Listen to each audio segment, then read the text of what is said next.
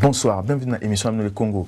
Le Congo est une émission au bino permettant de sauter la République démocratique du Congo, dans la diaspora, puis la diaspora, dans la République démocratique du Congo. Dans Soria Lelo, on a invité Vision Fayulu, président de la République démocratique du Congo, pour analyser la situation actuelle politique de la République démocratique du Congo. Ce qui s'est passé, tout le monde qui ne connaît pas Martin Fayulu, il y a plastique dans mon tout, comment et agir dans mon tout naé, et aussi tout le monde parler sur émettre comment le gouvernement congolais agir par rapport à Koufina balle réelle dans Kinshasa et aussi sanctions Pessi Bango dans la communauté internationale. C'est pour ça que na ici porte-parole, il y a Vision Fayulu, le président peut décider, M. Patrick Mbamou, na M. Johnny Chimbalanga, Azali chargé à mobilisation, il y a Vision Fayulu, le président de la République démocratique du Congo, peut décider, et aussi Madame Françoise Lembe, Azali adjointe, il y a département, il y a finance. Messieurs, dames, bonsoir. Bonsoir. Bienvenue à les Congo. Alors, on a invité pour parler vraiment de ce qui se passe aujourd'hui dans la République démocratique du Congo, au place Tomoni, un rassemblement Sangani, pour trouver la solution, comment Baroki Kocha Kabila. Or, il y a Libanda, il y a délai, il y a pouvoir parce que tout le monde Kabila aujourd'hui a violé la constitution parce que tout le monde qui binopé, Martin Fayulu fait partie à Bazoboya pour rallonger, pour prolonger le pouvoir de Kabila. Mais aujourd'hui, Martin Fayulu a touché dans mon tout. Je ne sais pas comment vous jugez, comment vous traitez, comment vous maîtrisez la situation est arrivé et pas Martin Fayulu. Est-ce que vous avez quitté à Koufa dans la lutte à Zosala? Andreas, encore Mbote Mingi, la fois passée au Solaki, Soyi Kitoko, et puis les autres Zanayo. Merci Nandengo Pessibiso privilège, na plateau où il peut parler surtout na président de Martin Fayulu, où il y a Koufa, où il a sa vie pour na écolo. Fayulu a été visé seul, Massalango sans trace. Puisqu'il fait partie des moteurs où il y a un changement un changement radical. Alors Babaki, tu quoi battre d'une manière à ce que va tracer à la tête. Pour au moins douille, il y a l'issassi. Et ça numéroté na arme nango. Ce qui va bétio à balle réelle. D'où wana ba expert balistique ba ebi ba kozwa numéro ya d'où wana ba okende ti place arme, tu vois, numéro d'où wana et couper sa référence na arme wana et couper sa référence na montoyo abetaki a couper sa référence na chef nae et puis ekoza la chaîne ba sala ke lonini ba betaye na balle moko ya caoutchouc na front comme ça impact wana et vous pensez tout et il n'y aura pas de traces. Et Dieu merci, nous avons Martin Fayulu Asambelaka, Azamonene. Et Beta qui est juste Pembeni et qui s'est éclaté de l'autre côté. Et vraiment, Nasengi, na peuple congolais, totalement. Pour au moins France, et Pessibiso, Kimia, on aura passé. Basala kutu na sepelaka mingi na hymne national ya France ou bien la Marseillaise. Na s'inspirer na bino na ipsa ba congolais moi ba phrase moké oyo etali la Marseillaise, oyo eza ko incarner la Marseillaise. Et puis incarnation na moni eza ko impacter pe na peuple congolais. Quelques phrases yango yo. Allons enfants de la patrie. Le jour de gloire est arrivé. Contre nous de la tyrannie, l'étendard sanglant élevé.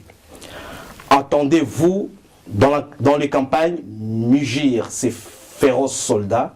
Ils viennent juste dans vos bras égorger nos fils, nos compagnes, aux armes citoyens.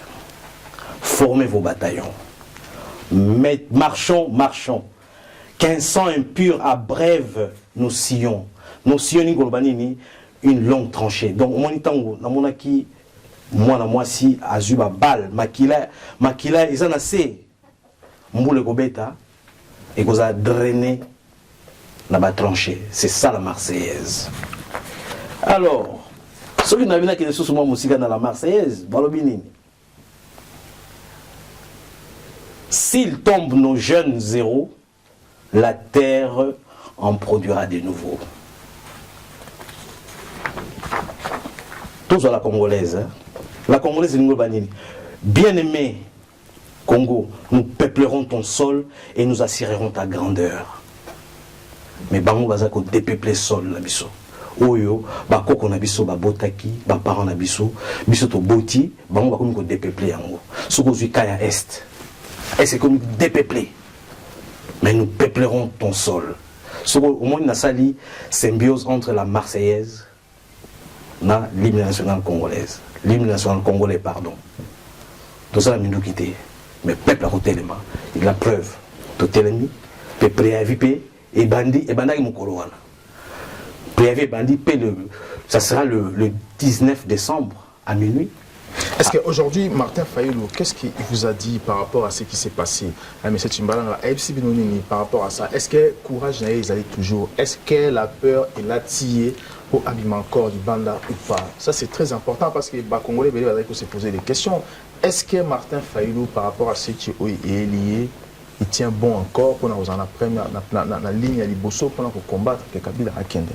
Ouais, merci pour la parole, M. Andreas.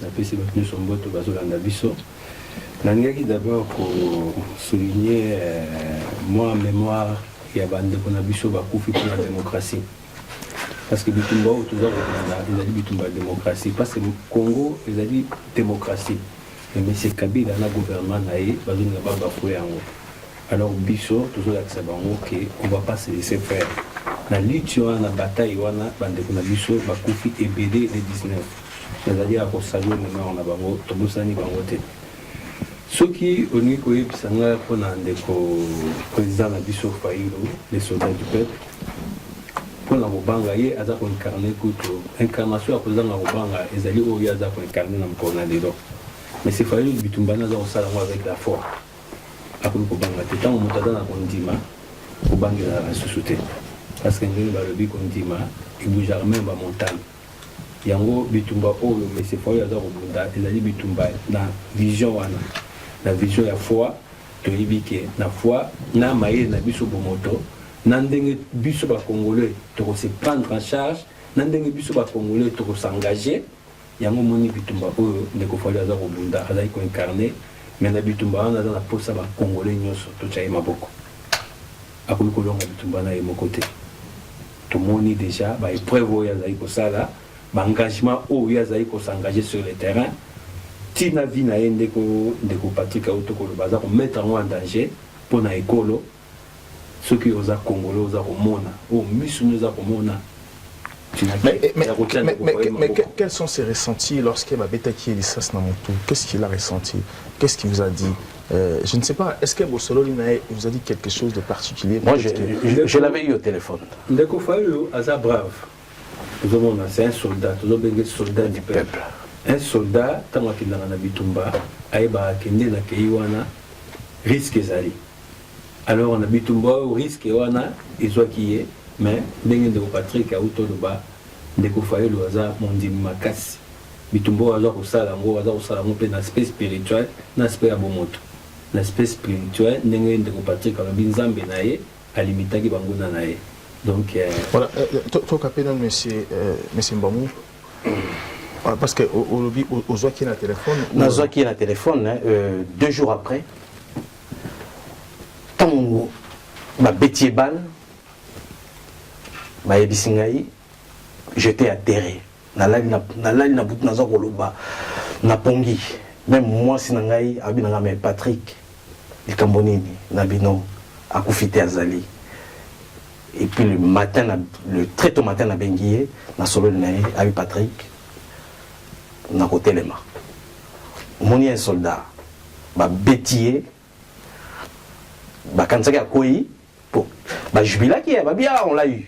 Il n'est même pas tombé. Parce que Ebele va se faire parce que tant que la déclaration, il y a M. Honoré Ngwanda, président à Pareco, qui dit qu'avant la Kabila, il faudrait d'abord commencer par l'opposition. Parce que moi, qui a déjà qui, président Nabino Faïd, que qui a traité Bango, a fini vraiment Bango. Mais avant ça, tu marques pause, tu revenir juste après. Les Congo AL News, première chaîne d'info.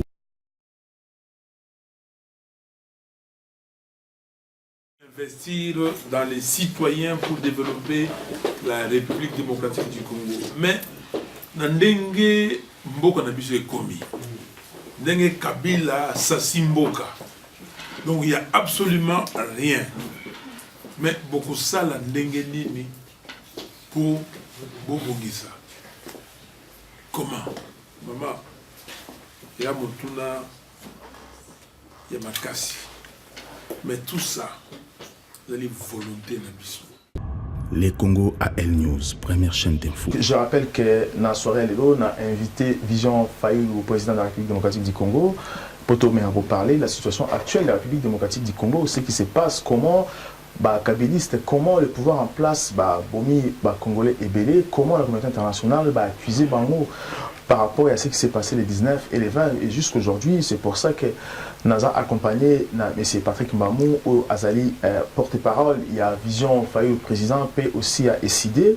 M. Johnny Chimbalanga au Azali chargé à mobilisation. Il y a Vision Faïl, le président de la République démocratique du Congo, P décidé. Et aussi Madame Françoise Lembe au Azali adjointe. Il y a département, il y a finance. Alors, Nazongi encore pas M. Johnny Chimbalanga tout à l'heure. Tunatio pour tout le monde parce qu'aujourd'hui, courage, je salue courage, il y a le président Nabino Martin Faïlou, mais Tomoni, le président de la Pareco, M. Honoré Ngwanda, qui dit qu'il y a des pères de résistance, qui est l'une des Apo Bengala Kabila au Congo. Ça fait un moment qu'Asso Bengala Kabila, mais il vous traite, vous, aujourd'hui, il traite votre président à lobby qui est Bango, il faut exterminer d'abord vous, votre président, dans votre rassemblement, avant d'aller attaquer Kabila. Pour lui, tout ce que vous faites, vous allez ça va Congolais pour rien parce qu'il dit que lui, il n'est pas responsable. Ce n'est pas comme ça qu'il fallait que ça parce que vous avez un plan d'un schéma à ville à Kinshasa pour guider le peuple, le peuple en désordre, l'Ibanda. Alors, je ne sais pas comment vous, dans le mouvement, dans le rassemblement, comment vous pouvez agir sur ça ou comment vous avez traité ce dossier par rapport à Honoré Ngwanda. Ouais, nous trouvons ça déplorable. Au jour d'aujourd'hui, dans le contexte où nous avons Mboka, un leader politique a tenu des propos et division. Au jour d'aujourd'hui, pour ça, il y a un leader politique, homme d'État. M. Ngwanda, c'est quelqu'un qui a un parcours, qui a du vécu. Pour ça, a apporté. Pour ça, a été à diviser au jour d'aujourd'hui. Nous avons rappelé qu'à un peuple congolais, M. Faïlo, à Allemagne, pour ça, la conférence. Dans la salle de la conférence, on a interpellé pour M. Ngwanda. M. Faïlou, il a pris une initiative, il a se rapprocher de M. Ngwanda. Ce que moi j'ai compris, ma lecture à moi, c'est qu'il faut faire la pont entre M. Ngwanda et M. Tshisekedi, dans le cadre de rassemblement. M. Faïlou s'est affiché même dans le vice-président, il y a Pareco, M. Ndala Wandala. Tout ça c'était dans le but, il a pu jouer un rôle à homme d'État. Pour unir les Congolais, pour tout ça, la force na biso pour na robunda bitumba oyo tikali nango d'ici le 19 décembre. Mais M. Ngwanda a répondre ni. Réponse à M. Ngwanda et insulte, division. En tout cas, peuple congolais. Parce que M. Honoré Ngwanda vous appelle les faux opposants, vous mangez avec Kabila, puisque vous faites des assemblées. Ce qui a commencé avec Kabila, au moni lelo état, il y a M. Martin Faïlou risque à jouer ce qui Nzambe oyo aluya sambe la kate nga pende na sambe la kana ebi ke Nzambe abate la bana na ye. Donc ce qui Nzambe abate ki M. Faïlou te. M. Faïlou tunga to sur la masolo sur les dos. Mutu ya bongo ali kana M. Kabila. Hôtel ya M. Faïlou bomona ki boyoka ki ndenge bazo kwa mandene même ba faire privé na ye. Même vie na ye privé a tchango en danger pour na mboka. Mutu bongo ali kana Kabila. nakobakisa mwa moke na ndenge ndeko na ngai Johnny Chimbalanga alobi omoni Martin Fayoulou, honorable Martin Fayoulou, un homme qui a une grosse pointure, hein? de quoi tu connais que hôtel là ma bloqué bah enleva qui est à ça des moments où il y a indignation auprès il y a président de l'Assemblée nationale à ABC. Moi je suis un député d'aller protégé par une immunité il y a pas député. Comment se fait-il que Ngaï un député bah enlever Ngaï na batu ya sécurité il y a gouvernement oyo baza ko régner actuellement ba betingaï ba botolingaï voiture nangaï ba zumbongo nangaï ba carnet de chèques nangaï ba kamati ba carte bancaire nangaï et depuis là au ça keloko mokoté tant ba kaingaï na ba 21h ou ba 22h ou tinika la texto même pas au ça la démarche en tant que ngana député na yo na ko dépendre na yo te mais pour na écolo et jusqu'à présent ni vu ni connu et le comment ça la maraté et là maintenant baï ko beta e bal na l'issue moni motu et demandaka ba analyse moko ya makasi mais l'autre moni a télémi c'est bien est-ce que na mikolo goya et ko sala comment pour malade mon tango yaka mkokota muke mais tango bisaka penza malade limi to sutuka ah mais il a fallu ba memaye pas spécialiste mais à ça lui demande pour à qui ne peut parachever ba soin naé soit na libanda soit sur ba spécialiste soit makaspe bazana mboka et c'est tout ça ko senga ba répondre ma bilo qu'on a bakanga aujourd'hui bah boyi abima pour l'instant to éviter puisque parquet général il paraît que babaki que motomo ko bimate ba dirigeant sur opposition ba ça na droit ko bimate n'est to yokaki mais on verra. Là pour rebondir monsieur collègue Nanga Patrick il parle de Obemina pour le président du Parlement. Oui. Là on s'adresse directement le président de l'Assemblée nationale. De l'Assemblée nationale. On s'adresse directement à monsieur Obemina. Mais c'est fallu une auto le baron a des lettres ouvertes et indignation. Pourquoi? Parce que M. Obeminako, donc on dirait dans le Parlement, les députés baza oyo, bako protéger, les députés bazali laisser à l'abandon. Laisser à l'abandon. Alors toujours pour dénoncer Nino, M. Obeminako aussi à ma connaissance, aza sous-président il y a Parlement et à francophonie. Oui. Si je ne me trompe pas. Oui, oui. Donc, ceux qui ont tout ça, il y a une campagne à BT, à on a Nairobi, pour le comportement de la vie politique, parcours politique, nous sommes en danger à cause de M. Kabila. Mais ce bien, il pas encore jeune. Tu as le temps de te ressaisir, de passer un message à les Congolais, et ça, permission à honorable Martin Fayulu, Aïa, pour ça, le traitement. Et ce que ça y a noté, nous prenons le peuple congolais à témoin de notre comportement. Est-ce que vous avez saisi la justice pour porter plainte contre les responsables de Tiraki Massas Namoto? Namboka, justice ses alliés. Hein? Donc, à ma connaissance, la plainte déjà devrait suivre son cours. Est-ce que vous faites confiance dans la justice à Congo? C'est ça le problème. Bon, tu sais, mon frère Andreas, la justice est l'arme, mon co. Et coup faraté, ils ont la vérité, ils ont la lumière. Attends, tout faire mais un jour, et Kobima, tous la bano babomaki na malou, plus de 40 morts. L'affaire a été étouffée. Non. Et Kobima, Chebeya, babomaye.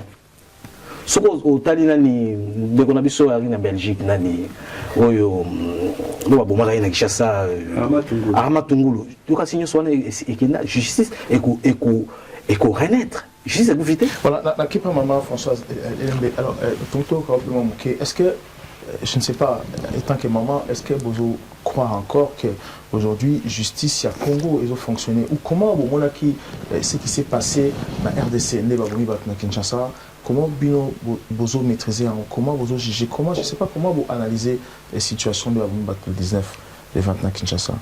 Merci Mingi pour la parole. Mbote Mingi na batu nyonso. Pour na oyo le 19 et la passe Mingi pour na mboka na biso. Dans la habité vous ba mamba justice. Pour l'instant justice est atteinte na mboka na. Pour ce justice est la et ba comportement ne ko salamate. bango moko bato zo ba justice bango mo ba kondi bango mo ba justice na na juger bango peut-être opinion internationale botokoye belango ndenge monsieur Patrick Autiko ba un jour justice est salama mais pour l'instant justice est athée. Mais qui a reçu la justice un jour? Ça c'est ça le problème. Qui les lots que les lots peuple a télémis et que le gouvernement et le président a dénoncé que oui, na kozali sous-souté, va préparer l'élection et que mutuna mutu basali vote mutu a posé va poser candidature et que ba peuple ba poni mutu o ba moni aza capable na ba idée na ndenge le kaka en Europe ba débele ki na télévision ndenge zo le kana États-Unis mutu na na programme na présidentiel na kosala bona ozo ça ba moni aza capable ba poni un jour yé wana mutu agosala que justice ezonga na mboka oya salaka mabe afuta mabe na ye oya bomaka bato ayeba ndenge nini kosa un jour kosalama tôt ou tard ndenge ya kutoba la vérité finira par triompher. Tu fais un jour vérité koye na kozongela moke pona ndenge mama utoloba ndenge pe na lobi ndenge ndeko lobi un état de droit pour mboka ezala malamu il faut mboka ezala na état de droit. État de droit ezala nini? Pouvoir législatif. Tout ça, un député comme Martin Fayulu. Lui, au moins, il a de la niaque. Comment? A commis l'être mort indignation pour la présidence de l'Assemblée nationale. Donc, il nous a pouvoir législatif, ça n'existe quasiment pas.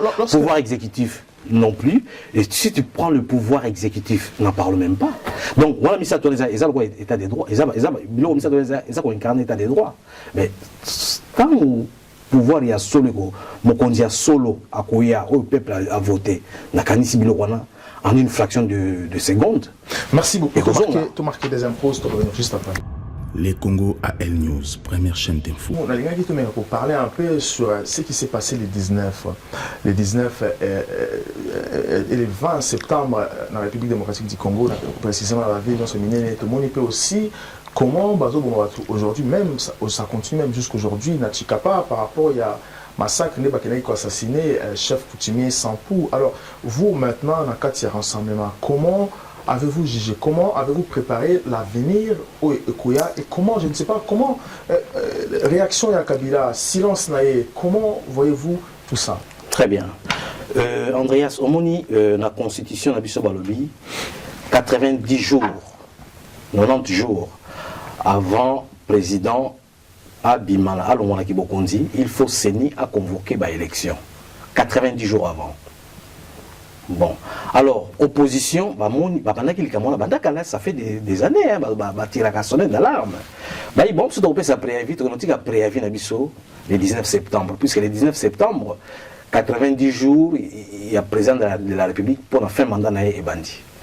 Basengi, document dans l'hôtel de ville, pour que ça la marche, tout a été fait dans la règle de l'art. C'était juste.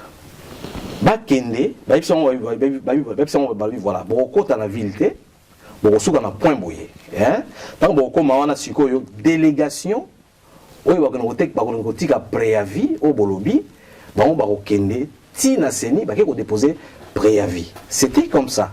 Et tant sikoyo batwani koya, batamasina, point de rencontre na échangeur, bazakoya et babi non. Photo Panzabango, ça c'est à bout portant. Parce que vous accusez que Bino Bourgi, Missi Pepe à 8h du matin, on est les 14h, nous on service n'est pas. Marche au bandana 14h. Mais point de départ, il faut pas te bayawana. Pour nous yawana. Nous sommes dans la machine. À Robeta Makolo pas comme wana. Point de départ, les alliés na échangeurs. Après, on va continuer. Point de départ, il y a 14. Mais pourquoi vous n'avez pas utilisé le transport en commun des machines? Transport en commun. Bango transport en commun, il y a parti aux la mouvance. Ceux qui sont dans la bilo, on a bango, allez, réquisitionner la bus pour la bango. Et ceux qui sont en opposition, au moment où les politique, il y a deux vitesses, quoi. Bango est basé à droite, bango est basé à droite.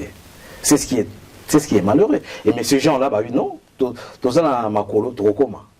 La fois passée, tant où Tshisekedi père Ayaki, c'était pareil. Hein? Bakani babis na bango, mais tu vas tambolaki. Tu vas tambolaki, Zaki Angouma Makasi. ben baboye le qu'on a s'est répété juste pour notre kaka papier oyo na kotangela yo ça quelques lignes seulement préavis à Kabila monsieur Joseph Kabila Kabange, nous peuple congolais détenteurs de la souveraineté nationale en vertu de l'article 5 de la Constitution, nous rappelons que conformément à l'article 70 de la Constitution de la République, votre second et dernier mandat prend définitivement fin le 19 décembre de cette année. Nous vous rappelons aussi l'essence du serment que vous avez prêté sur pied de l'article 74 de la Constitution et du caractère intangible de l'article 220 qui dispose que les nombres et la durée du mandat du président de la République ne peuvent faire l'objet d'aucune révision constitutionnelle. De ces faits, il vous est demandé de quitter le palais de la Nation le 19 décembre 2016 à 23h59 au plus tard. Est-ce que vous croyez que Kabila va respecter tout ça? Parce que lorsque ça appelle un dialogue, c'est pour que Alongwate a un pouvoir, vous tiquez moins temps à dialogue. Est-ce que lorsque vous critiquez papier, vous critiquez préavis, même vous pensez que est-ce que Kabila a besoin en compte? Sur la en compte, c'est le peuple qui tranchera. Parce que le peuple est abîmé, mais est-ce que prochainement, le peuple aura encore le courage? Est-ce que vous faites de sorte que le peuple a continué jusqu'à ce que Kabila ait quitté le Congo? La Marseillaise. Oui, mais c'est tu Merci Andreas. Oui, notre leader à Rassemblement, M. Tshisekedi, tant que papa wana nakoma hollandais, maloba makasi. On papa Tshisekedi avec le peuple, prenez-vous en charge. Tu vas comprendre qu'on a été très profond. Le peuple à comprendre. Moi, je salue la maturité du peuple congolais d'aujourd'hui. En tout cas, la lecture au Ganazanango, j'ai fait confiance au peuple congolais. Parce que sur le Tallinn à janvier, M. Kabila a touché loi électorale. Mais tout le monde peuple, mobilisation peuple, M. Kabila avec Kilaki. Na Awa, peuple a lobby européen sa préavis. Le peuple est sorti, il a défié même les balles, même les armes. Bandimi Kokufa. L'indemnité, nous tapons sa vie gratuitement. Bato Bakufi, il y a un message. Il y a les prix que nous avons payés. Donc, M. Kabila a évacué, le peuple a mature. Le 19 décembre, le peuple a obima pour aussi ça, processus soit bandit. Alors, on paye ce message. Bato bazan lecture à Rotanga, peuple congolais, il est devenu mature. Et j'ai confiance à ce peuple des 19, Bissona Bango et Longo. Il y a un profiter à ce qu'on peut s'en quelques minutes pour lancer un message dans la diaspora. Allez-y. Diaspora aujourd'hui, to tamboli awa. Moi, il parti yo, bandeko belé, tout ça est belé à to tamboli Kabila dégage. Kabila dégage. Tout ça dit ba manifestation ya marque na marque. To ba mambula ba mali les bêtes libiso Kabila dégage. Alors to tikali na moins de 90 jours pour M. Kabila to silisa a to dégager. Mais naza omona on dirait il y a un peu de distraction. Oui na marche oyo yoko ya marche oté OK boyo yoko ya boité, ce n'est pas le moment ya ko pointer batu musapi. Moment où tout ça nango zali moment ya unité.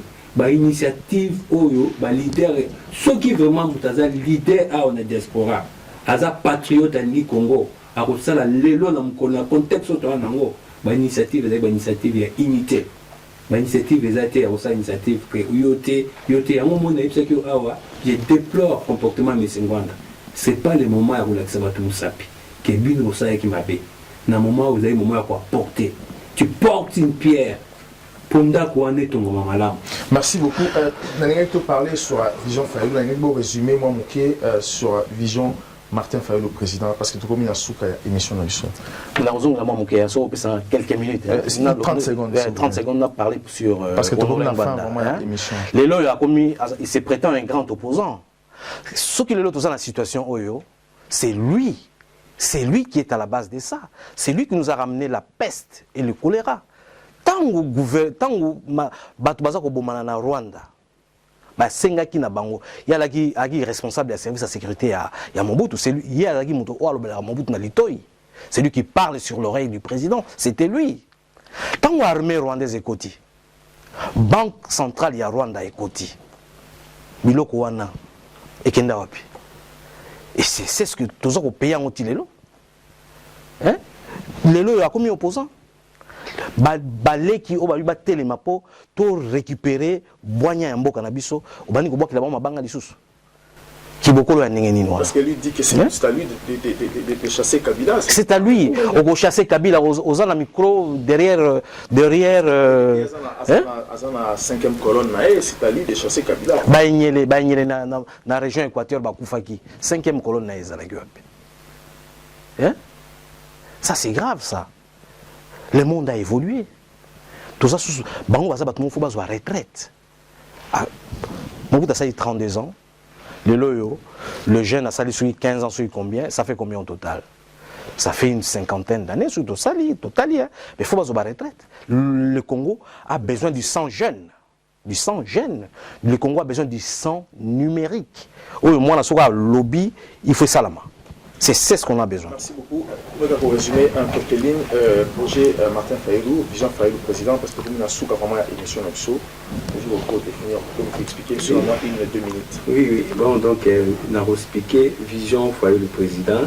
Ils ont dit projet, il y a un Congolais mature. Dans une minute, parce que ça ira déjà. Vision Fayulu projet, il y a un Congolais mature, un Congolais engagé, un Congolais conscient.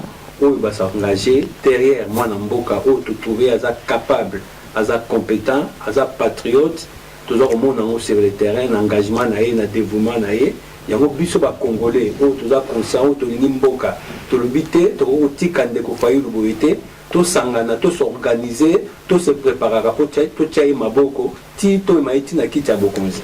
Le biso failli les projets, mais c'est failli, tu na kita bokonzi, mais biso congolais. D'être biso ba congolais d'être aux lobbying naïe biso ba congolais d'être aux financiers naïe. C'est ça le projet Vision Fayulu. Alors tous en poste ça ba congolais de partout au bazar dessine ba leader na bango rejoindre biso na Vision Fayulu tout sangisa ba moyen tout sangisa ba mayele tout ça de ko Fayulu maboko koto maïti na kiti boko. Voilà, merci beaucoup, messieurs, dames. Merci. Donc, je rappelle que Nazalina Patrick Mbamou, ou Nazali porte-parole, il y a Vision Martin Fayulu, président, et CID. Et aussi, M. Johnny Chimbalanga, où il est chargé, il y a mobilisation, il y a Vision Fayulu, président de la République démocratique du Congo, PSID. Na Madame Françoise Lembe, où elle est adjointe, il y a département de finance, il y a Vision Fayulu, PSID, na France. Merci Nenge pour répondre à l'invitation d'Abisso. Prochainement, on va inviter Bino encore dans l'émission d'Abisso pour parler encore de la situation politique à RDC, comment évoluer. Merci encore à peuple congolais, à la émission Le Congo. Merci encore na la page Facebook na partager l'émission na partout au Bozali. Merci encore l'équipe technique nanga Landry Photo na réalisation Kakikane qui bienvenue mangala na caméra pe Marion Rossa. Merci encore na marquage pe na bazo financer bazana posa ko financer émission Le Congo beaucoup mona RIB pe compte PayPal na biso ezako s'afficher bo mekako sala ba virement ou soit si encore vous voulez ça la mandakage pour bengi biso na numéro zako s'afficher directement. D'être toujours je suis congolais Kabila Notu. À très bientôt. Béni, 8 millions de morts, Joseph Kabila responsable.